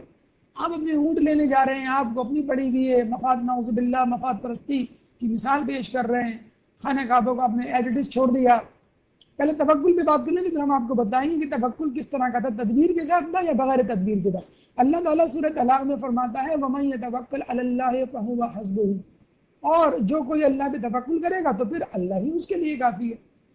کسی اور پہ توکل کرے گا تو اللہ اس کو اس پہ چھوڑ دے گا، انسانوں پہ کرے گا تو انسانوں کے حوالے کر دے گا، چیزوں پہ کرے گا تو چیزوں کے حوالے، اللہ پہ کرے گا تو اللہ کافی ہے، کیونکہ اللہ ہی نے باقی چیزوں کو پیدا کیا ہے. ابراہیم علیہ السلام کو جب نمرود کی آگ میں ڈالا جا رہا تو ایک فرشتہ آیا اور کہنے لگا میں مدد کر دوں آپ کی، تو ابراہیم علیہ السلام نے کیا کہا، نہیں میرا رب میری مدد کے لیے کافی ہے. ابراہیم علیہ السلام نے جب بت توڑے اور لوگوں نے پوچھا تو انہوں نے کہا کہ تم اپنے بت سے پوچھ لو، کس پہ توکل کر کے کہا، اللہ پہ توکل کر کے.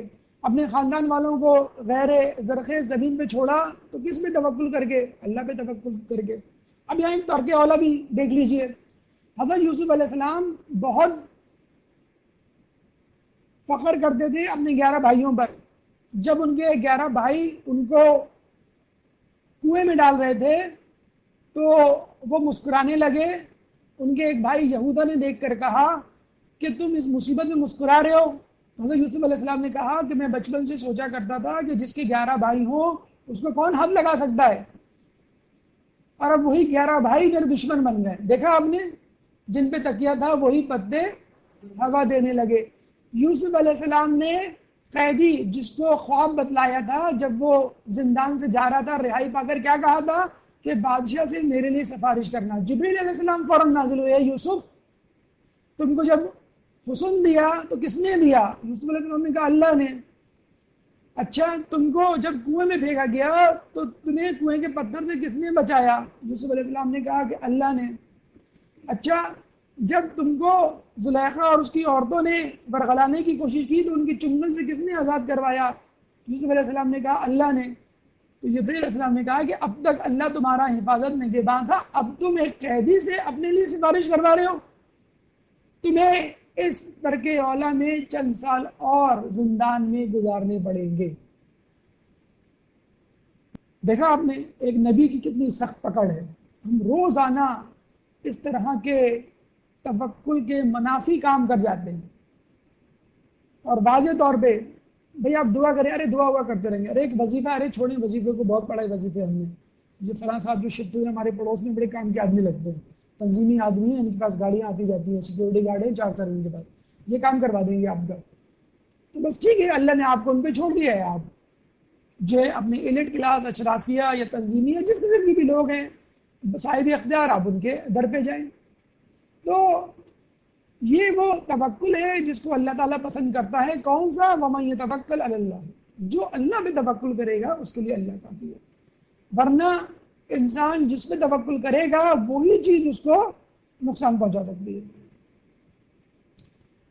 کتنا توکل کیا جائے؟ ابراہیم علیہ السلام جیسا نہیں، ائمہ جیسا ان کو بھی چھوڑ دیں.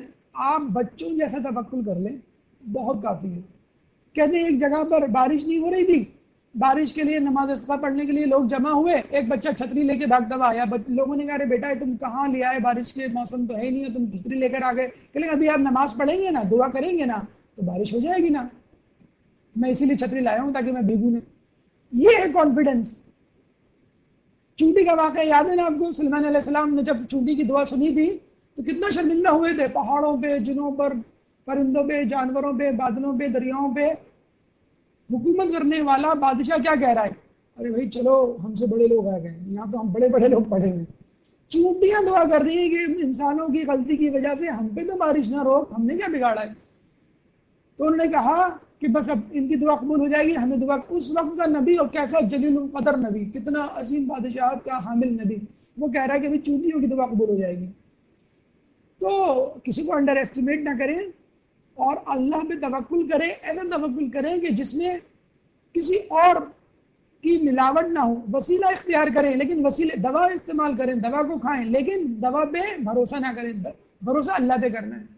ورنہ آپ نے سنا ہوگا کہ ابو علی سینا کے زمانے میں کچھ افراد آئے کہنے کے لیے کہ یہ ہمارا گھر کا فرد ہے، بیمار ہو گیا، ٹھیک ہو کے نہیں رہا. تمام لوگوں کو ہم نے دکھا دیا.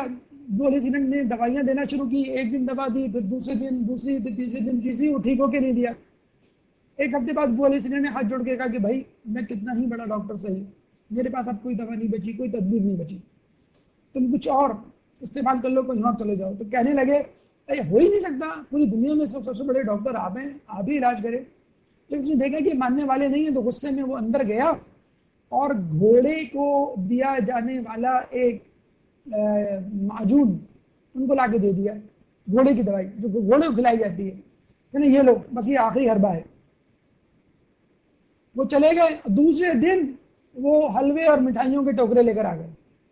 بھائی آپ نے جو کیا دوا دی تھی، ہم نے کہا تھا آپ بہت بڑے ڈاکٹر ہیں. کہتے ہیں کہ اللہ ٹھیک کرتا ہے اور فیس اور کریڈٹ دونوں ڈاکٹر لے جاتا ہے.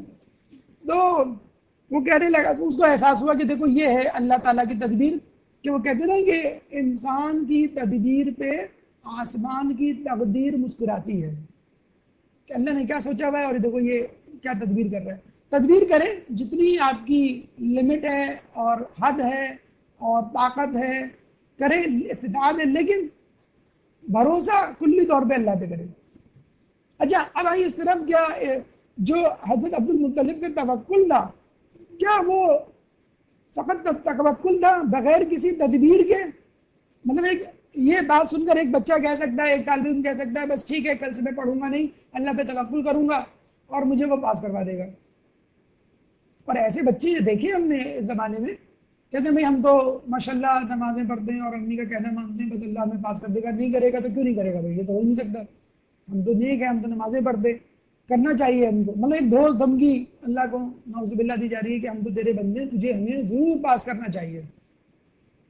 تو کیا حضرت عبد المطلب کا توکل فقط توکل تھا اور کچھ بھی نہیں تھا؟ جی نہیں. اگر آپ باریک بینی سے مسائل کو سمجھیں، واقعات کا جائزہ لیں تو آپ کو معلوم چلے گا نہیں. حضرت عبد المطلب نے واقعتاً تدبیر بھی کی تھی. مثلا ابرہہ سے وہ اونٹ لینے نہیں گئے تھے. فقط آپ نے دیکھا نہیں تھا کس انداز سے انہوں نے دھمکی دی تھی کہ میں اونٹوں کا مالک ہوں، میں ان کو بچانے والا ہوں، اور بیت اللہ کا بھی ایک مالک ہے، وہ اس کو بچا لے گا. تو یہ کڑی تھی. ہم کانسٹیبل ہم کو روکتا، ہم کیا کہتے ہیں؟ ارے میں فلاں شخص کا بندہ ہوں، آپ کی بات کرا دوں فون پہ. کہیں پہ کوئی پولیس کا معاملہ ہو جائے، آپ فوراً پرچی لے کے پہنچ جاتے ہیں کہ بھئی میں فلاں صاحب سے چٹھی لکھوا کے لایا ہوں. تو کہیں پہ جانا ہو آپ کسی کا، جسے کہتے ہیں کہ وسیلہ سفارش تلاش کر لیتے. تو انہوں نے کہا کہ تمہارے پاس ہاتھی ہوں گے، تمہارے پاس گھوڑے ہوں گے، تمہارے پاس زرہیں ہوں گے، تمہارے پاس تلواریں ہوں گی، نیزے ہوں گے، برچھی ہوں گے، تیر کمان ہوں گے، سب کچھ ہوگا، دولت ثروت ہوگی، بادشاہت ہوگی، سب کچھ ہوگا، نوکر چاکر غلام سپاہی فوجی سب ہوں گے، لیکن میرے بعد میرا خدا وہ کافی ہے. یہ دھمکی تھی اس کو ڈرانے کے لیے. آپ دیکھتے ہیں نا، پہلے وار ہونے سے پہلے میڈیا وار چلتی ہے جس میں مختلف قسم کی خبریں لگائی جاتی ہیں، ہم اٹیک کر دیں گے، ہم یہ کر دیں گے، ہم بائیکاٹ کر دیں گے، ہم سوشلی آئسولیٹ کر دیں گے، وغیرہ وغیرہ.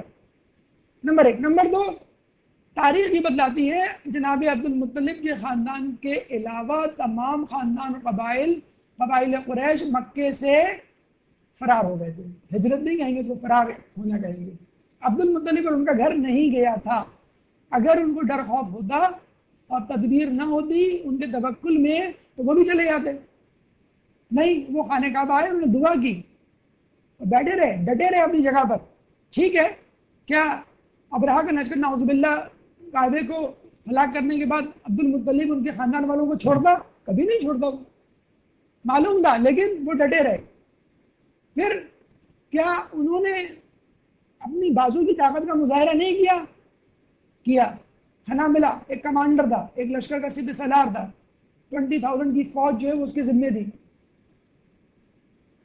اسود بن مقصود جو ابرہا کا چیف کمانڈر تھا، اس نے اپنے نیچے کے کمانڈر حنابلہ کو بھیجا۔ حنابلہ جو ہے وہ سمجھ لیں عمر بن عبدود کی فوٹو کاپی تھا۔ عمر بن عبدود کا نام سنا ہوگا آپ نے، کہ جب اس نے کہا کہ کون جنت میں جانے کا شوقین ہے سامنے آ جائے، تو رسول اللہ نے کہا کہ کون اس کو جواب دے گا؟ تو ایک صاحب کھڑے ہوئے کہنے لگے رسول اللہ آپ کو معلوم ہے یہ کون ہے؟ یہ تو وہ ہے جس نے 500 افراد کو ہلاک کیا تھا، کھجور کے درخت کو تلوار بنائی تھی اور اونٹ کے بچے کو ڈھال۔ بجائے یہ کہنے کہ میں جاتا ہوں مقابلہ کرنے، انہوں نے کیا کہا؟ ارے آپ کو معلوم نہیں ہے، آپ بڑا مس انڈرسٹینڈ، بڑا انڈر ایسٹیمیٹ کر رہے ہیں آپ عمر بن عبدود کو، اس کا پروفائل بڑا ہی اسٹرانگ ہے، تو ذرا سا سوچ لیجئے، آپ سیکنڈ اوپینین لے لیجئے آپ، نعوذ باللہ۔ یہ وہ حنابلہ ویسی چیز تھا، اور جس بدتمیزی سے اس نے حضرت عبد المطلب سے بات کی ہے کہ بس۔ اصل میں اس کو بھیجا کیوں گیا تھا؟ اسود بن مقصود نے دیکھا کہ یہ جو ہمارے ہاتھی ہیں، ابرہا کے لشکر کے جو کمانڈر تھا، اس کے ذمہ جو فوج تھی، اس نے یہ کہا کہ ہمارے یہ جو ہاتھی آگے ہی نہیں بڑھ رہے، ان کو مارا جا رہا ہے، تو یہ نیچے گر کے لیٹ جا رہے ہیں۔ اچھا ہاتھی آپ نے کبھی لیٹا ہوا بھی نہیں دیکھا ہوگا، بیٹھا ہوا بھی نہیں دیکھا ہوگا، لیکن وہ ہاتھی اس وقت لیٹ گئے، بیٹھ گئے، تو ان کو اگر چھوڑ دیا جاتا تو وہ فوراً پینترا بدل کے دوسری طرف جانے لگتے۔ تو وہ بڑے پریشان ہوئے، اور اس وقت ان کو یقین ہو گیا، ابرہا کو جا کے بتلایا کہ بھئی یہ معاملہ، تو ابرہا کو اس وقت یقین ہو گیا کہ بھئی یہ لوگ نا ہم نے غلط ٹکر لے لی ہے، یہ کچھ اور لوگ ہیں، ہم نے جو ہے ان کو تھوڑا سا غلط مس کیلکولیٹ کر لیا ہے۔ تو اس نے کہا کہ اب تو مجھے یقین آ گیا کہ اگر ہم نے ان کے ساتھ بہت زیادہ چال بازی زبردستی کی کوشش کی تو شاید خود ہم تباہ ہو جائیں، اور جو جیسا کہ ہوا۔ تو اس نے کہا اچھا ایسا کرو کہ آخری چال تدبیر کے طور پہ عبد المطلب کے پاس جاؤ اور یہ کہو کہ ہمیں قصاص دے دو، ہمیں مال اموال دے دو، اور جو ہمارا خرچہ ہوا ہے اس کی تلافی کر دو تو ہم چلے جاتے ہیں، ورنہ ہم ایسی تیسی کر دیں گے تمہارے کعبے کی اور تمہاری نعوذ باللہ۔ یعنی روب و دبدبہ تو رکھنا تھا نا آپ کو۔ تو یہ حنابلہ کو بھیجا، اس نے کہا فکر ہی نہ کریں، میں خود عبد المطلب کو نہیں چھوڑوں گا، نعوذ باللہ، وہ کیا شخص ہے، چیز ہے میرے سامنے۔ تو حنابلہ آیا، اس نے کہا کہ بھئی ہمارا قصاص دو، جو لوگ مرے، جو نقصان ہوا اس کو پورا کرو اور ہمیں پیسہ دو، ورنہ ہم نہیں چھوڑیں گے۔ تو عبد المطلب کا ایمان جو ہے آپ کو معلوم تھا کہ کس نہج پہ تھا، ان کا جو توکل تھا کس نہج پر تھا۔ وہ حنابلہ کی گیدڑ بھپکی میں آنے والے کہاں تھے، اور یہاں تک کہ حنابلہ نے ان کی شان میں گستاخی کی کہ اگر تمہیں نہیں دیا تو میں تمہیں مار ڈالوں گا، تمہیں قتل کر دوں گا، تمہیں نہیں چھوڑوں گا۔ عبد المطلب نے کہا کہ کیا پدی کا شوربہ، تم کس کھیت کی مولی ہو، تم میری خاموشی کو میری کمزوری سمجھ رہے ہو؟ اسی وقت اس کا گریبان پکڑا، ہوا میں اچھالا اور زمین پہ دے مارا، اور یہ کہا کہ اگر تم قاصد نہ ہوتے تو تمہیں قتل کر دیتا، تو تم میری کمزوری کو، یہ میرے قبیلے والے ہیں، یہ میرے دوسرے احباب ہیں جو چھوڑ کے چلے گئے، میں اگر ہمت نہ بھی رکھوں گا تو بھی تمہارا مقابلہ کروں گا اور شہید ہوں گا۔ اور یہ عبد المطلب کے پاس تو ایسا موقع نہ آیا، لیکن ان کی نسل نے کربلا کے میدان میں یہ بتلا دیا کہ ہم شہید ہونے والے ہیں، ہم فرار ہونے والے میں سے نہیں ہیں۔ تو حنابلہ جو ہے اپنا سر سہلاتا ہوا اور کپڑے جھاڑتا ہوا واپس چلا گیا، اور اس نے کہا بھئی یہاں یہ معاملہ ہے۔ دیکھیے بہت بڑا، ہمیں دیکھتے ہیں نا کہ عراق میں جو بش کو جوتا مار دیا گیا، مارنا جوتا مارنا کوئی چھوٹی بات نہیں ہے، بہت بڑا رسک تھا جسے کہتے ہیں، اس بیچارے کو جیل بھی ہوئی۔ تو یہ بھی بڑا رسک تھا حنابلہ کی، آپ نے پٹائی کر دی اور اس کو بھیج دیا، اور سر سے ہلاتا وہ چلا گیا۔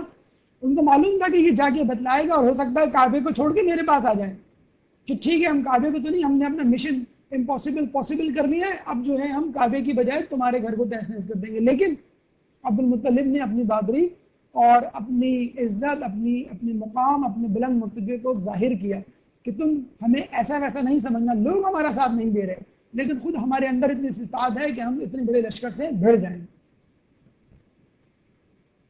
یہاں پہ ایک بہت اچھی، بہت اہم اور بہت ہی متنازع بحث کا آغاز ہوتا ہے، ایمان خاندان رسول۔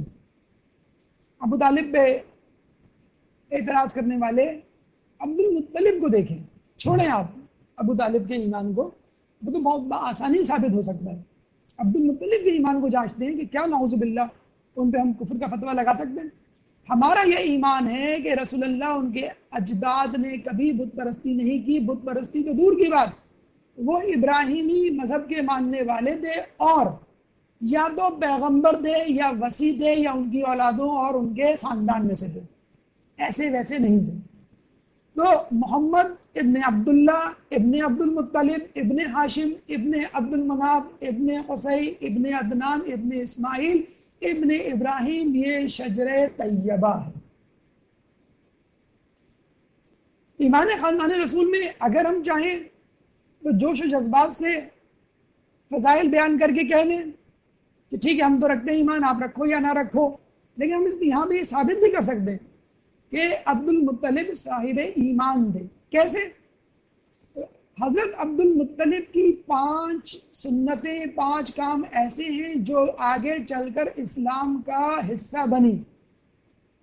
ہم کہتے ہیں نا مولا علی کے بارے میں اِنَّ لِلَّهِ وَإِنَّا إِلَيْهِ رَاجِعُونَ کا جملہ قرآن کا حصہ بن گیا، تو یہ تو ان کے اجداد کی سنتیں ہیں کہ ان کی ہوئی سنتیں اسلام کی سنتیں، اسلام کے احکام بن جاتی ہیں۔ وَلَا تَنْكِحُوا مَا نَكَحَ آبَاؤُكُم مِّنَ النِّسَاءِ۔ سب سے پہلے حضرت عبد المطلب نے یہ قانون رائج کیا کہ کوئی اپنی سوتیلی ماں سے شادی نہ کرے باپ کے مرنے کے بعد، جس کو سورہ نساء میں 22ویں آیت میں کہ تم اپنے آباء و اجداد کی عورتوں سے، یعنی اپنے باپوں کی بیویوں سے، سوتیلی ماؤں سے رشتہ نہ کرو۔ یہ جو عبد المطلب کا پیغام تھا وہ قرآن نے باقاعدہ حکم بنا دیا۔ دوسرا کام، دوسری سنت جو خود عبد المطلب کی ایجاد کرتا ہے وہ قرآن کا حصہ بنی، وَعَلَمُوا أَنَّمَا غَنِمْتُم مِّن شَيْءٍ فَأَنَّ لِلَّهِ خُمُسَهُ، کہ بس جان لو کہ جو مال غنیمت ہے اس میں سے 20% ہے، اس کا 5واں حصہ خمسہ وہ اللہ کا ہے۔ سورہ انفال آیت نمبر 41۔ تو 20% حصہ یعنی خمس جو ہے وہ حضرت عبد المطلب نے نکالنا شروع کیا۔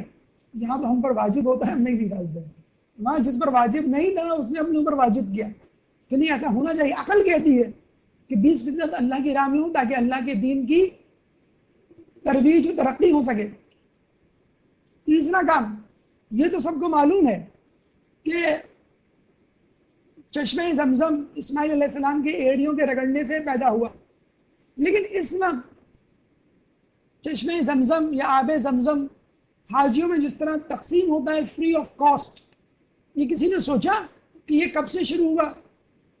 حضرت عبد المطلب سے پہلے خانہ کعبہ پہ قبضے کے لیے جنگیں ہوا کرتی تھیں۔ آپ سے پہلے جو قبیلہ تھا وہ جب کمزور پڑا تو دوسرے قبیلے نے سوچا کہ ہم خانہ کعبہ پہ قبضہ کر لیں۔ اچھا، خانہ کعبہ پہ قبضہ کرنے کا مقصد اس کے اندر موجود سونے کے خزینے تھے، سونے کے بنے ہوئے ہرن تھے جن پہ قبضہ، کثیر تعداد میں سونا تھا، اس کو قبضہ کرنا تھا۔ تو اس قبیلے کے سردار نے وہ سونا لے کر چشمہ زمزم میں اندر دبا دیا اور اس کا منہ پتھر سے بند کر دیا۔ ایک عرصے تک چشمہ زمزم بند رہا۔ حضرت عبد المطلب نے اس چشمے کو ڈھونڈا اور کھدائی شروع کی اور لوگوں کو کہا کہ میرے آباء و اجداد کا کھودا ہوا کنواں ہے، چشمہ ہے، ان کی ایڑیوں سے نکلا ہوا چشمہ ہے، پانی ہے، اس کو ڈھونڈو، اس کو کھودو، نکالو دوبارہ، یہ جاری ہوگا۔ لوگوں نے انکار کر دیا۔ حضرت عبد المطلب خود اپنے بیٹوں کے ساتھ اکیلے اس جگہ اترے اور ڈالے مار مار کے زمین کے سینے کو شق کیا اور دوبارہ وہ چشمہ ابلنے لگا، اور وہ چشمہ آج تک جاری ہے، جس کے لیے کہا گیا ہے کہ حاجیوں میں اس کو تقسیم کرو، جو حاجی جائیں ان کو پلاؤ۔ تو یہ چشمہ زمزم حاجیوں کے لیے ایک جسے کہتے ہیں تبرک بن گیا، ان کی مہمان نوازی جو اللہ کی طرف سے ہے خالصتاً، ایک نشان، ایک سمبل بن گیا کہ جس کو کوئی بھی حاجی ایسا نہیں ہے جو واپس لانا نہ بھولے، چاہے وہ گھر میں کتنا ہی منرل واٹر پیتا ہو، اس آب زمزم کو لانا نہیں بھولتا، جو کسی پروسیس، کسی فلٹرنگ ویسے نہیں گزرا، خالصتاً بس زمین سے نکلا ہوا چشمہ ہے، جس پہ جاپانیز نے، ملائیشینز نے، کتنے لوگوں نے تحقیق کی اور انہوں نے یہ کہا کہ ہمیں نہیں معلوم اس کا سورس کیا ہے، ہمیں نہیں معلوم۔ ان کو معلوم ہے کہ سعودی عرب کے تیل کے ذخائر کب ختم ہوں گے، لیکن کسی کو یہ نہیں معلوم کہ چشمے زمزم کب خشک ہوگا.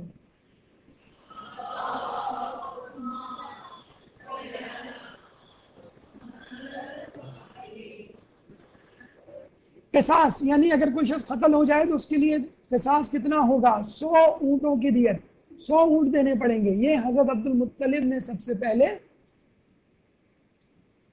متعین کیا. بلکہ آپ کو معلوم بھی ہوگا انہوں نے اپنے ایک بیٹے کی قربانی کے لیے اللہ سے کہا تھا، نظر مانی تھی. حضرت عبداللہ کا قرآ نکلا، انہوں نے دوبارہ قرآ نکالا تو پھر اونٹوں کا نکلا، اور پھر انہوں نے کہا کہ شاید اللہ پتہ نہیں اس پہ راضی ہے کہ نہیں، کیونکہ پہلا قرآ جو حضرت عبداللہ کا نکلا تھا تو وہ بار بار قرآ نکالتے رہے، اور ہر مرتبہ پھر اس کے بعد عبداللہ کے بعد اونٹ کا قرآ آیا. پہلے انہوں نے 10 اس کی نظر مانی تھی تو 100 اونٹ قربان کیے تھے. تو ایک انسان کی جان کے بدلے 100 اونٹوں کا خون بہا جو ہے وہ حضرت عبد المطلب کا متعین کرتا ہے. طواف کے 7 چکر، صفا و مروہ کے 7 چکر بی بی حاجرہ کے متعین کرتا ہے ان کی سنت میں، اور کعبے کے 7 چکر حضرت عبد المطلب کے متعین کرتا ہے. وہ سنتیں، وہ باتیں، وہ کام، وہ نظریات جو حضرت عبد المطلب کے تھے اسلام نے اخذ کر لیے، اتنے خوبصورت تھے. دیکھیے کلاس میں کوئی بچہ جو ہے کوئی ہوم ورک کرتا ہے، مس ہوم ورک کرواتی ہیں، ٹیچر ہوم ورک کرواتا ہے، اور وہ فرض کر لیں کوئی ڈرائنگ بنا رہا ہوتا ہے اور بچوں سے بن نہیں رہی ہوتی ہے، تو اس کی نظر ایک بچے پہ پڑتی ہے، ٹاپک میں کوئی بڑی اچھی ڈرائنگ کی ہوئی ہوتی ہے تو فوراً کاپی لے کے کہتا ہے کہ چلو ٹھیک ہے میرے ہاتھ سے بنی ہوئی ڈرائنگ تم سے نہیں بن رہی ہے، اس بچے کی طرح بنا لو، میں تمہیں پاس کر دوں گا. تو عبد المطلب کی سنتوں میں عمل ہو جائے جو اسلام سے پہلے تھی، تو اسی میں اللہ تعالیٰ راستہ نکال دے گا اسلام کی فلاح کے لیے اور خود آپ کی فلاح کے لیے بھی. چھٹے امام جعفر صادق علیہ السلام فرماتے ہیں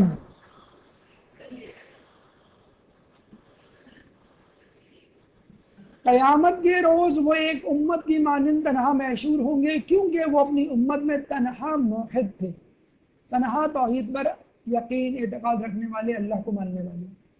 اتنا بڑا درجہ عبد المطلب کا، تنہا ترین سردار.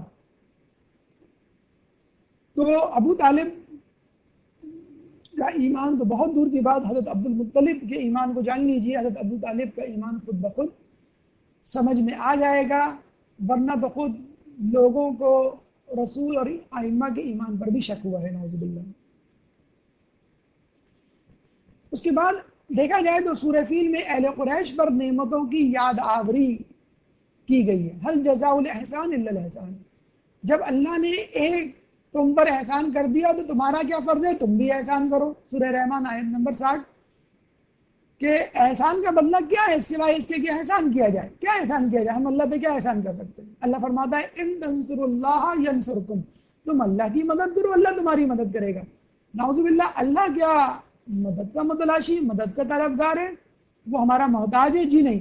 اللہ کے دین کی مدد، اللہ کے دین کی تبلیغ و ترویج، اس کو پھیلانے کے لیے کوشش، یہی اللہ کی مدد ہے. اور تم نے ایسا کر لیا تو اللہ کی مدد کر ڈالی، اور اس کے نتیجے میں اللہ تمہارے شہر کو حفاظت دے گا، محفوظ رکھے گا اور تمہاری مدد کرے گا. اس کے بعد سورہ قریش، جو سورہ کے فوراً بعد کی سورہ ہے، اس میں بھی یہی بتایا گیا ہے، لإلاف قریش إیلافهم رحلة الشتاء، جو اس کے ساتھ پڑھنا واجب ہے. اس میں بھی اللہ تعالیٰ نے دیکھا جائے تو ایک ریکیپ کیا ہے اور اوور آل ویو دیا ہے کہ اللہ تعالیٰ نے قریش پہ بڑی نعمتیں نازل کی، اور اگر تم ان نعمتوں کا، ان احسان کا بدلہ احسان کی صورت میں دو گے تو اللہ تعالیٰ بھی انشاءاللہ تم کو اسی طرح نعمتوں سے سرفراز کرتا رہے گا. اس کے ساتھ ساتھ سرکشوں کو تنبیہ کی ہے. قوم سمود، قوم لوط، قوم ہود، نوح علیہ السلام کی قوم، موسیٰ علیہ السلام کی قوم، عیسیٰ علیہ السلام کی قوم، سرکش بادشاہ، باغی افراد، کس طرح ان کو تہس نہس کیا گیا، ان کے واقعات قرآن میں جا بجا ہیں. ایک اصحاب فیل کا واقعہ خود عربوں کے لیے تعزیانہ عبرت کہ وہ ان کے آنکھوں دیکھا حال ہے اور ان کی سرزمین کا حال ہے، اور 40-45 سال ہی گزرے ہوں گے اس واقعے کو. ایک بے نظیر معجزہ تھا. لیکن اگر کسی کو ڈرایا جائے آندھی سے، آندھی آ جائے گی تو کہے گا بھی آندھی تو آتی رہتی ہے، زلزلہ آ جائے گا بھی زلزلہ بھی آتا رہتا ہے، کون سی بڑی طوفان بھی آتا رہتا ہے، بارشیں بھی ہوتی رہتی ہیں، سیلاب کا رخ اختیار کر لیتی ہیں. یہ خدا کا عذاب تو نہ ہوا یہ تو ویسے ہی آتا رہتا ہے، ہر جگہ آتا رہتا ہے، مسلمان غیر مسلم ممالک میں آتا رہتا ہے، اور یہ تو طبعی حادثات ہیں، زلزلے، آفات، طوفان، سیلاب وغیرہ وغیرہ. یہ ہم کیسے کہہ سکتے ہیں یہ اللہ تعالیٰ کی طرف سے بھیجا ہوا عذاب تھا؟ ٹھیک، مان لیا ابابیل کی طرف سے بھیجا ہوا جانے والا عذاب کیا کوئی طبیعی پس منظر رکھتا تھا؟ کوئی نیچرل ڈیزاسٹر تھا، نیچرل کلیمٹی تھی، کوئی قدرتی آفت تھی؟ نہیں، باقاعدہ لگ رہا تھا کہ پری پلانڈ منصوبے کے تحت ایک خاص قسم کے گروہ لشکر کو ٹارگٹ کیا گیا ہے. ٹارگٹ کلنگ، ٹارگٹ کلنگ کچھ بھی نہیں ہوتی ہمارے یہاں، وہ ہے اصل ٹارگٹ کلنگ، جو فقط ابرہا کے لشکر کو نشانہ بنایا گیا. ورنہ کبوتر، چیل، کوا آپ کے چھت پہ سے گزر جائے اور کچھ پھینکتا ہوا چلا جائے، کس کے جھولی میں آئے، کس کے سر پہ گرے، کسی کو نہیں پتا. لیکن ابابیل نے ایگزیکٹلی اپنے ٹارگٹس کو ہٹ کیا تھا. یہ ہے ٹارگٹ کلنگ جو اللہ تعالیٰ نے ابابیلوں کے ذریعے انجام دی. اگر دوسرے واقعات طبی وجوہات رکھتے ہیں تو یہ واقعہ غیر طبی وجہ رکھتا ہے، اور اس کے پیچھے کوئی پس منظر ہے. خدا را اس پس منظر کو، اس عبرت کو پکڑنے کی کوشش کیجیے، ورنہ خود آپ عبرت بن جائیں گے. ایک اور اہم بات کہ کسی بھی چیز کو انڈر ایسٹیمیٹ نہ کریں، غیر معمولی نہ سمجھیں، حقیر نہ سمجھیں. مچھر فرعون کی ناک میں گھس گیا تھا تو اس کو جوتے مارے جاتے تھے، تو وہ اپنی حرکت کو روک دیا کرتا تھا. جتنا آپ کاکروچ کو رات میں مارتے ہیں نا چپل جوتا پیر، ایک دم سے کاکروچ رک جاتا ہے، آپ سمجھتے ہیں کہ ڈر گیا. ڈر نہیں گیا، وہ آپ کو بیوقوف بنا رہا ہے. تھوڑی دیر بعد پھر وہ رینگنا شروع کر دیتا ہے، تو مچھر تھوڑی دیر کے لیے رک جاتا تھا، پھر جوتا مارتے تھے، پھر جوتا. اس چکر میں بیچارے کا انتقال ہو گیا. مکی بنو عباس کے خلیفے کو تنگ کر رہی تھی، تو اس نے کہا کہ امام ہمارے کھڑے تھے، کہنے گے اچھا یہ بتاؤ یہ مکھی اللہ نے کیوں بنائی؟ تو امام نے جواب دیا مکھی اس لیے بنائی کہ تجھ جیسے مغرور کو تیری اوقات یاد دلائے. چونٹی کی کیا حیثیت ہے سلیمان علیہ السلام کے سامنے؟ 4000 تو کرسیاں ہوتی تھیں ان کی اڑنے والے قالین پر. 4000 کرسیاں. کون سا طیارہ، کون سا ایسا جسے کہتے ہیں کہ میرین کروز ہوگا اس وقت کسی سمندر میں یا دریا میں جو اتنی 1000 کرسیاں رکھتا ہو؟ 4000 کرسیاں، نیچے بیٹھنے والے اور ویسے آس پاس گھومنے والے خدام الگ. وہ چونٹی کو دیکھ کے کہہ رہے ہیں کہ ان کی دعا قبول ہو گئی، ہماری اب دعا کی ضرورت نہیں ہے. تو خدا را یہ چھوٹے جانوروں کو، چھوٹی چیزوں کو انڈر ایسٹیمیٹ نہ کریں. یہ خدا کی مخلوق ہیں، خدا کی کتاب میں ان کا ذکر ہونا اس بات کی دلیل ہے کہ یہ عبرتیں ہیں، نشانیاں ہیں. ان سے عبرت پکڑی جائے اور اپنے لیے اصلاح کا راستہ تلاش کیا جائے. آخری بات، 3:30 بجے ہیں. آخری بات، تمام مخلوقات مطیع پروردگار ہے. لَلشَّمْسُ يَنبَغِي لَهَا أَن تُدْرِكَ الْقَمَرَ وَلَا اللَّيْلُ سَابِقُ النَّهَارِ وَكُلٌّ فِي فَلَكٍ يَسْبَحُونَ. کہ نہ ہی سورج چاند کو پکڑ سکتا ہے اور نہ رات دن سے پہلے آ سکتی ہے، اور سب اپنے اپنے مدار میں گھوم رہے ہیں، اللہ کی تسبیح کر رہے ہیں، اللہ کا وظیفہ انجام دے رہے ہیں. تو سورج، چاند، ستارے، جانور، حیوانات، نباتات، جمادات سب اللہ کی مطیع پروردگار ہیں. یہ ایک انسان ہے جو کبھی کبھی گھمنڈ، غرور، تکبر، حسد، لالچ کا مظاہرہ کر کے، جسے کہتے ہیں ماشاءاللہ آپ لوگ لیکچر بہت توجہ سے سن رہے ہیں، مچھر نمرود کی آنکھ میں گیا تھا، فرعون تو دریائے نیل میں غرق ہوا تھا. اچھا وہ آپ کا ٹیسٹ ہو گیا، آپ ٹیسٹ میں پاس ہو گئے. ایک درود پڑھ دیجئے محمد والے محمد جی. سورہ یاسین آیت نمبر 40. آج کا عام الفیل سنتے چلیے. لوگ کہتے ہیں کہ یہ واقعات پہلے ہوتے ہوں گے، اب نہیں ہوتے. یہ ریکیج، یہ کھایا ہوا بھوسا کیا ہے؟ یہ ہیلی کاپٹر ہیں امریکہ کے، ایران میں ڈیزرٹ 1 میں پڑے ہوئے. 1980 میں ان کو بھیجا گیا تھا. ایران کے پاس اتنی طاقت نہیں تھی. عبد المطلب کی طرح انہوں نے ہاتھ اٹھائے ان کے علماء نے، اور یہ کہا کہ اللہ تعالیٰ تو ہی اس ملک کو، مملکت خدا داد کو بجا سکتا ہے. اور پھر وہ ہیلی کاپٹر آپس میں ٹکرا کے تباہ ہو گئے. 8 killed, 4 wounded, 1 helicopter and 1 transport aircraft destroyed, 5 helicopters abandoned or captured. Mission failed. واضح طور پہ wikipedia.org.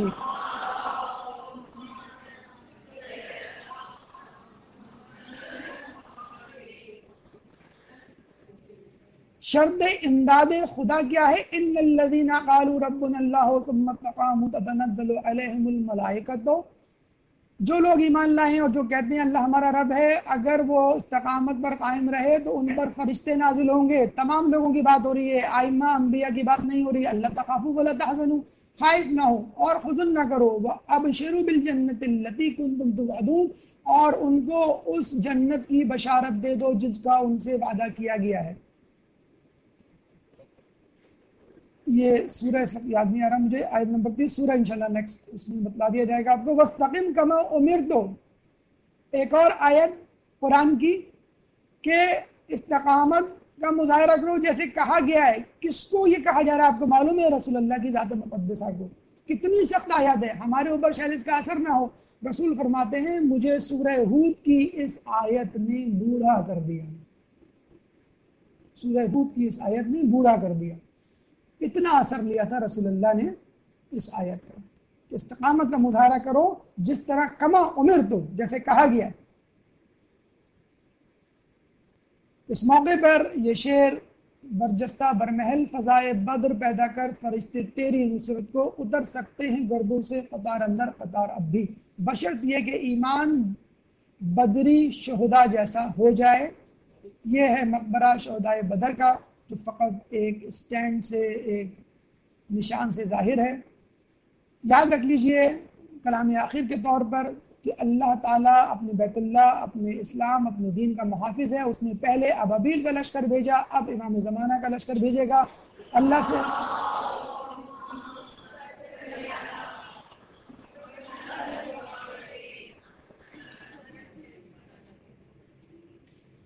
اللہ تعالیٰ سے دعا ہے کہ جو کچھ پڑھا سنا اس پہ عمل کرنے کی توفیق عطا فرما، امام کے ظہور میں تعجیل فرما اور ہمیں ان کے جانثاروں میں شامل فرما. وآخر دعوانا الحمدللہ رب العالمین.